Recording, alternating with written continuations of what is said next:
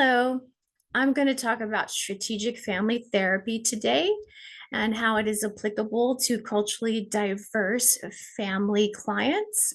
Strategic therapists, they require a non-normative, non-pathological orientation when leading their client sessions. And they claim that they don't think that there's a problem with the family unless the family actually identifies a problem. I think this is a really great technique. It's an example of not pathologizing, but it's also really helpful for the counselor to filter or minimize the amount of problems that surface within a family unit because each family member is going to have their own perspective and may want to contribute what they think is a problem. And strategic family therapy is really focused and wants to be in the present moment and focus on the problem at hand. So, not even bringing up the fact that there is a problem, I think that's a really clever way to filter what doesn't need to be there. Strategic theory promotes the perspective that healthy families who have clear hierarchies are often consistent with the family's context or culture. This is a conducive approach to working with culturally diverse families because strategic therapists assess family interactions mostly through observational methods. So each family member will have a very unique self expression. And so by observing the family interacting, the counselor is able to assess how their culture influences their self expression and to what degree. I was thinking this might even be more accurate than a written assessment. So I will definitely employ this technique as well when utilizing strategic therapy. Strategic therapists present as very active and directive in their role. This could be very good for some family cultures, and it may not be as good for others. However, strategic therapists, they can embody indirect paradoxical roles, and this can be helpful to address alternative client styles. Strategic therapy approaches each family client differently. They acknowledge that life is intricate and it is nuanced with details and complexities that are unpredictable and difficult to pinpoint the etiology. So, strategic therapists believe it's important to design a unique therapy intervention for each family case.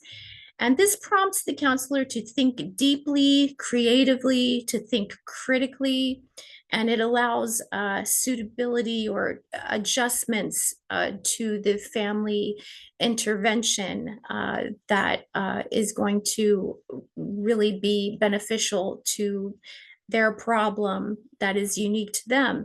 I really like this strategy as well. I think that if a counselor was tailoring an intervention specifically to my case, I would feel very cared for, I'd feel attended to. And I think this is a really wonderful strategy to employ that really focuses on the family at hand and their specific problem. Strategic therapy is acknowledged for its flexibility and its easy applicability to culturally diverse families because the family and the social network is included. The therapy does not stress exploration or insight. It's very action oriented, it not discussion oriented. The therapist maintains a position of experience and authority. The client receives concrete advice, and the therapist maintains a presentation of courteous concern.